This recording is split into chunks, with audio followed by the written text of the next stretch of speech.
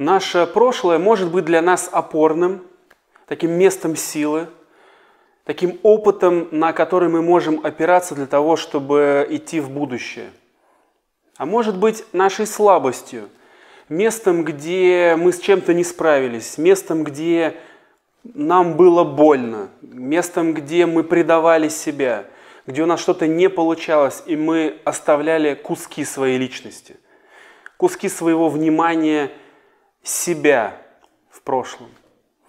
И в таких случаях в настоящем нам может не хватать каких-то ресурсов. Поэтому если вам сейчас не хватает энергии, вам сейчас хронически больно, вы чувствуете себя скованным, вам не хватает ресурсов, вам не хватает поддержки, вы чувствуете, что какие-то части вас где-то были растеряны по пути. Можно обратить внимание, где я потерял часть себя, где я в прошлом оставил что-то ценное для себя, где я себя предал, где я с чем-то не справился, где я травмировался, где мне было настолько больно, что я, чтобы сохраниться, как будто бы отрекся от себя или отщепил от себя кусок. Эти точки, эти ситуации, этот травмирующий опыт, он остается в нашей психике как незакрытый гештальт, как место, как точка, которая высасывает из нас энергию. Если мы обратим свое внимание на то, как нам жилось, например, в детстве, как нам жилось в каких-то определенных ситуациях в прошлом, если мы вспоминаем и чувствуем обиду, досаду, печаль, чувство несправедливости, чувство, где мы потеряли что-то ценное, такое, мы слабеем, нам плохо от воспоминаний, это значит, что где-то в прошлом, в какой-то ситуации, в какой-то точке мы оставили, забыли что-то ценное для себя. И можно эти ценности, эти части себя из прошлого забирать. Для этого существует целый ряд техник, целый ряд процедур. В целом выглядят они следующим образом. Когда вы раз за разом вляпываетесь в одни и те же проблемы, как будто бы какая-то история повторяется, и в ней меняются статисты, меняются декорации, а драматургия и сценарий как будто бы тот же, и раз за разом вы испытываете одни и те же ощущения, вас кидают, вас предают, у вас не хватает сил для того, чтобы что-то сделать, у вас не хватает энергии, вы ломаетесь, у вас просто не хватает поддержки, или, может быть, вы чувствуете себя скованным, и чьи-то голоса вам говорят о том, что у тебя не получится, ты недостоин, а заслужил ли ты это, и так далее. И вы пасуете. Возможно, у вас были ситуации в прошлом, где происходили примерно такие же ситуации, с близкими людьми, от которых вы ожидали поддержки, помощи. Вам очень важна была помощь и поддержка именно от них для того, чтобы справиться, но вы ее не получили, и вам было больно, больно настолько, что вы травмировались, потеряли чувствительность, предали себя, сгорели от стыда, взяли на себя какую-то ответственность или вину, как симптом, допустим. Допустим, если вы спасали брак ваших родителей, и пытались позаботиться и о маме, и о папе, и брали на себя удар. Например, это касается детей, которые были все детство проблемными, потому что иногда проблемный ребенок – это то, что спасает брак родителей от разрушения, это спасение родителей от развода и так далее. Потому что развод родителей был бы для ребенка более травматичным, чем то, что он не слушается, не делает уроки или страдает от хронического заболевания. Как от этого от всего избавляться? Для начала найдите эту точку, найдите ту ситуацию, которая до боли похожа на то, что повторяется в вашей жизни раз за разом. Если вас раз за разом предают, вы хотите найти какого-то родного, близкого человека или даже людей, на которых вы могли бы опереться, чтобы вместе, как команда, как семья, что-то сделать, но вас предают, вас бросают, вы чувствуете себя разбитым, вам одиноко. Попробуйте вспомнить, а на что это похоже из прошлого. Была ли ситуация, где вам очень важно было бы оставаться в близких отношениях, но вас не поддержали, вас предали и вы были брошены? Возможно, может быть, вы занимались спортом, и вам нужна была поддержка, чтобы вы, например, пережили какую-то травму, у вас что-то не получалось, но вам важно было бы услышать, что в вас верят, вас поддержат, и что вы будете чемпионом, допустим. А вам сказали, ну, может быть, это не твое. Ну, слушай, у тебя плохая наследственность, но вот у тебя в роду-то не было особо. Ну, на что тебе надеяться? Вообще скажи спасибо, что тебя там на этом татами вообще не убили.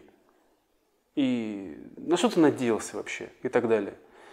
И в этот момент я потерял веру в себя. В этот момент я перестал опираться на себя. В этот момент я действительно подумал, что я на это не способен, и все. И впоследствии в каких-то ситуациях в бизнесе люди, которые мне бы сказали, что мы с тобой, мы прорвемся, мы вместе, в этом наша сила, они говорят, ну слушай, ну что ты нам паришь какими-то своими проблемами? Мы знаем, что мы делаем. Слушай, если ты хочешь, ну давай попробуй, но мы не верим в то, что у тебя получится. Это твои фантазии. Мы тут на земле, мы все знаем, мы все чувствуем, а ты там где-то витаешь в облаках и так далее. И это подкосило, допустим, вас, не хватило ресурсов, не хватило энергии, и вы что-то не смогли, например. Или, допустим, вам очень сложно сделать что-то для себя. Вот для других вам делать очень просто и понятно. Выбивать зарплату для ваших сотрудников. Или повышать зарплату вашим сотрудникам. Или дарить вашим сотрудникам даже тачки или квартиры. Но для себя не получается. Для себя стыдно. Себе как-то непонятно зачем. Как будто бы обо мне кто-то должен был другой позаботиться, но не заботится. Мир так устроен, что если мы в первую очередь не надеваем маску на себя, не заботимся о себе, то вряд ли просто так, по чьей-то инициативе, кто-то о нас позаботится. Поэтому если вы отслеживаете, что вам для вас, для любимых для вас что-то делать сложно, ухаживать за собой сложно, а никто этого не делает, посмотрите в прошлое. Были ли ситуации, где вы хотели бы что-то получить, хотели бы мороженку, хотели бы, чтобы вас похвалили, хотели бы, чтобы вас побаловали, но вы в ответ вместо этого получили обесценивание, типа, а ты вообще кто здесь? Ты вообще заслужил, ты вообще уроки выучил, ты вообще действительно заработал, чтобы мы тебе что-то хорошего сделали. И сохраняется отпечаток о том, что для того, чтобы вообще что-то хорошее в этой жизни получить, нужно заработать. Нужно поработать, нужно вспотеть, показаться начальнику, удовлетворить чей-то чек-лист, чтобы напротив твоей фамилии куча галочек поставили. И только потом, может быть, если будет хорошая погода, что-то хорошее может в твоей жизни случиться. А так, что-нибудь скромненькое, утилитарное, лучше посложнее, как в Санта-Барбаре или Марии Изауре, или что там смотрели наши предки и так далее. И все эти моменты для нас являются такими якорными, такими отправными точками, в которые было принято решение и которое привело к тому, что сейчас наша жизнь такова. Но хорошая новость состоит в том, что все эти ситуации, все эти точки, все эти события, где мы что-то потеряли или травмировались, можно менять. Дело в том, что мы весь наш багаж, весь наш опыт, все наше прошлое, кстати, будущее тоже, постоянно носим в себе. То есть нет для нас какого-то субъективного прошлого и будущего. У нас есть навык пересобирать то, что мы считаем прошлым или будущим. Но прошло очень много лет с тех пор, как это случилось, и мы уже стали другими, мы уже стали сильнее, мы уже стали умнее, у нас уже намного больше ресурсов, навыков, компетенций, связей, опыта для того, чтобы по-другому, более эффективно прожить тот травмирующий опыт. Поэтому, если с тех пор прошло много времени, вы стали уже другими и научились делать по-другому, можно воспользоваться техникой, например, техника перепросмотра. В чем она заключается? Я такой, какой я сейчас есть, поумневший, повзрослевший, научившийся по-другому решать вопросы, научившийся чувствовать других людей и воздействовать на других людей, я могу отправиться в свое прошлое, в то, как я привык собирать свое прошлое и прожить по-другому. То есть научить свою психику собирать свое прошлое по-другому, для того, чтобы я на это прошлое мог потом опираться. Для того, чтобы у меня мое прошлое было не токсичным, а опорным. Поэтому я вспоминаю, прям могу выписать на листочке те моменты, которые меня подкосили, которые меня травят. Те события из прошлого, за которые я испытываю вину, обиды, стыд, гнев, печаль, презрение и так далее. Там, где я себя предавал, там, где я разрушился, там, где я травмировался, там, где я кусок себя оставил, там, где я потерял что-то ценное для себя. То есть я отправляюсь в свое субъективное прошлое, то, как я научился его воспроизводить, и проживаю уже его, будучи таким, какой я есть. Допустим, травмирующий опыт случился, когда мне было 5 лет, 6 лет, 15 лет, а проживаю я его уже с опытом, где мне 25, 35, 45, 55, сколько вам есть. Там, где вам, например, не хватало мудрости или правильных поступков, или сил, или забот, или поддержки от ваших родителей, вы, возможно, проживаете уже, будучи старше ваших родителей, вы проживаете их по-другому. Вы оказываетесь в той ситуации, где вы, возможно, даже умнее, более крутые, сильные и опорные, чем ваши родители. Может быть, в той ситуации даже вам уместнее поддержать ваших родителей. И в этом случае вы делаете данные события, данную точку, данное происшествие для вас переносимым и забираете оттуда то важное, то ценное, что вы там оставили. Допустим, ваши родители вас не поддержали, сказали, что да ты не справишься. И я возвращаюсь в ту ситуацию, и я уже понимаю, что мои родители сами были в этот момент в боли, что моим родителям тоже, допустим, было стыдно. Или им больно было от того, что данная ситуация напоминала им их травматичный опыт, где их не поддержали, где они себя предали. И в этой ситуации я могу, во-первых, сам себе обеспечить поддержку. Например, сказать, в данной ситуации я могу принять решение продолжать, например, спортивную карьеру или там науку, или не продолжать. Если я хочу, я могу продолжать. В этом плане я могу даже своим родителям сказать, что да не беспокойтесь, я понимаю, вам сейчас плохо, вам сейчас сложно, вам сейчас страшно, возможно, вы испытываете свой стыд.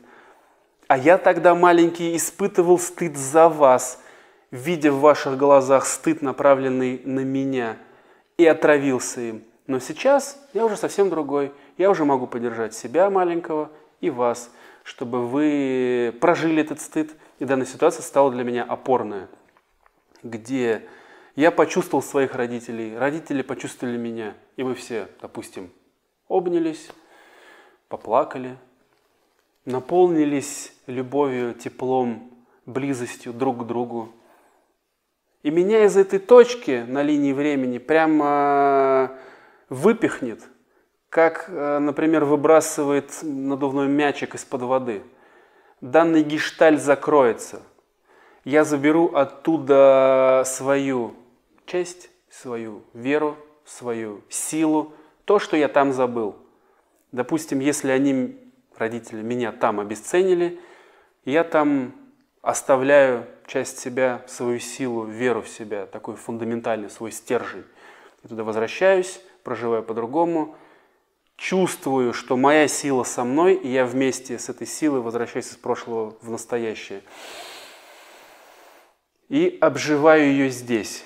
И если эта сила нужна мне в моем будущем, я вот этот стержень, эту энергию, эту уверенность могу прямо направить в свое будущее, в свои цели. Посмотреть по линии времени, допустим, какие у меня цели.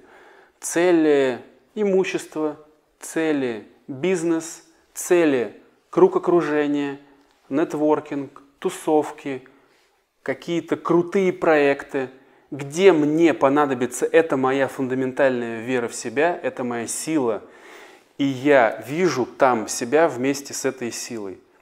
То есть я забираю ценность, потерянную из прошлого, возвращаю ее здесь и сейчас и показываю своей психике, что она мне пригодится в будущем для достижения моих целей.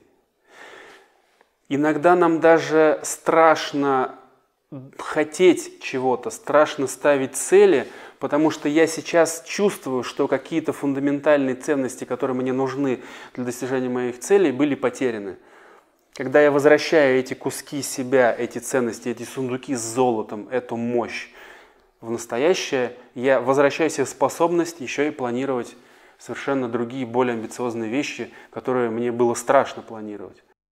Если вы, например, в своем прошлом с чем-то не справились физически, вы действительно были маленький, слабый, глупый, наивный, вас обманули, побили, наказали, несправедливо и так далее. Вы физически не могли справиться. Например, вы были ребенком. Вы можете точно так же отправиться в ту ситуацию, прожить это с точки зрения того, что у вас было мало ресурсов, вы были маленький, вы действительно не могли, физически не могли справиться. Здесь можно воспользоваться инструментом, который уже относится к более глубокой терапии, к реимпринтингу, добавить туда, в эту ситуацию, те ресурсы, которые бы вам и другим участникам помогли. То есть вы уже вносите большие изменения в вашу психику, вы уже учите вашу психику более глубоко менять ваш навык собирать ваше субъективное прошлое, ваше личное прошлое. Вы меняете вашу личностную историю, сильно меняете, как режиссеры фильма. Например, вас родители или близкие побили, я не знаю, наказали, или была сцена домашнего насилия, было что-то травмирующее вас, и из этой ситуации вы вынесли вывод, вынесли опыт, вынесли травму, последствия травмы, которая повлияла на всю вашу жизнь кардинальным образом. Например, вам тяжело расслабиться, вам тяжело доверять другим людям. Для вас непереносима близость, допустим. Для вас близость равно риск очень болезненных переживаний, допустим. Возвращайтесь в ту ситуацию, пробуйте прожить ее уже используя свои ресурсы, что вы уже сильнее, что вы уже умнее, что вы уже, например, можете в этой ситуации как-то поговорить по-другому с участниками, например, воспользоваться другими техниками из гештальта или НЛП для того, чтобы обратить на себя внимание, восстановить рассудок, здравый смысл у человека, который ведет себя неадекватно. Но если ваших ресурсов, личных ресурсов будет недостаточно, вы можете ввести в эту ситуацию другие фигуры с другими ресурсами. Полицию. Что было бы, если бы, например, сейчас, прямо в этот момент зашла полиция? Она бы защитила, наверное, защитила. Другого родственника, допустим. Что было бы в этой ситуации, если бы пришли другие родственники? Мама, папа, бабушка, дедушка, братья, сестры и так далее. По-другому бы прожилась эта ситуация или нет?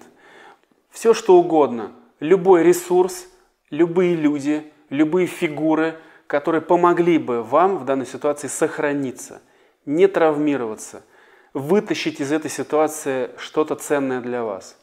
Возможно, в этой ситуации вы потеряли базовую такую устойчивость, базовое ощущение безопасности.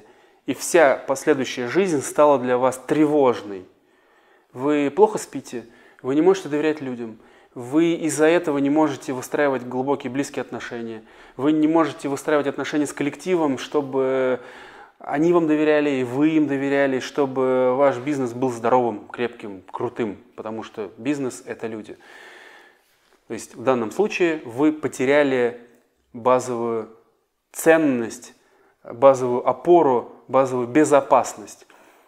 И изменив данную ситуацию так, что она стала для вас не травмирующей, посмотрите, в виде чего вы данную ценность, то, что вы в этой ситуации потеряли, можете забрать. Это может быть все, что угодно. Это может быть просто свет, это может, которым вы, например, там, напитались. Это может быть что-то памятное для вас, например, тетрадка или игрушка, какой-нибудь плюшевый мишка, или сундук с деньгами, или бронежилет, все что угодно. В виде чего-то заберите эту ценность с собой. То есть вы смотрите, вы чувствуете, что эта ценность была здесь оставлена. В виде чего я ее представляю? Я ее забираю с собой, прям в себя, либо там под мышку, либо внутрь себя вставляю. И то же самое, если вы закрываете этот гештальт, если вы делаете реимпринтинг, и данная ситуация уже для вас не травмирующая, то же самое вас выносит из этого прошлого, вы возвращаетесь с этой ценностью, с этим ресурсом в настоящее. И то же самое можете прогуляться в будущее и объяснить вашей психике, что данная ценность, данный ресурс будет для вас важен в достижении ваших целей и так далее. Дальше вам останется только переварить это, переварить новый опыт, потому что ваша психика на основании того, что вы научили ее по-другому пересобирать ваше прошлое, должна пересобрать все время от того момента до вашего настоящего и спланировать будущее. На это может уйти неделя, 2, месяц, 3 месяца, все равно. Но если вы научились по-другому собирать ваше личное прошлое, ваша психика пересоберет ваше настоящее и ваше будущее. И вы освободитесь от этого травмирующего опыта, почувствуете, что в данный момент вам доступно больше ресурсов, у вас нет старых ограничений. Опять же, если вам самим недостаточно своих сил, своих ресурсов для того, чтобы изменить ваше прошлое, для того, чтобы научить вашу психику по-другому собирать ваше прошлое, может быть, в некоторых ситуациях травма была настолько глубокая, ощущения были настолько непереносимые, что в одиночку невозможно по-другому прожить, здесь вам, конечно, будет нужна поддержка оператора, поддержка терапевта, психотерапевта, человека, который сможет поделиться своими ресурсами для того, чтобы вместе с вами зайти в эту ситуацию и помочь вам научиться по-другому ее проживать. Помимо всех перечисленных техник, это и техника перепросмотра, и изменение личностной истории, реимпринтинг, работа с травмой и так далее. Я в своей работе со своими клиентами, естественно, использую еще весь арсенал гештальт-терапии. Это техники, которые позволяют еще избавить нашу психику от всех невротических механизмов и хронических эмоциональных реакций. И для того, чтобы вооружить нашу психику всеми навыками, которые нам нужны для того, чтобы любые ситуации были для нас проживаемыми, и все, что нам нужно, было нам под силу. Поэтому помните, никогда не поздно иметь счастливое детство. С вами был Антон Махновский, и до новых встреч.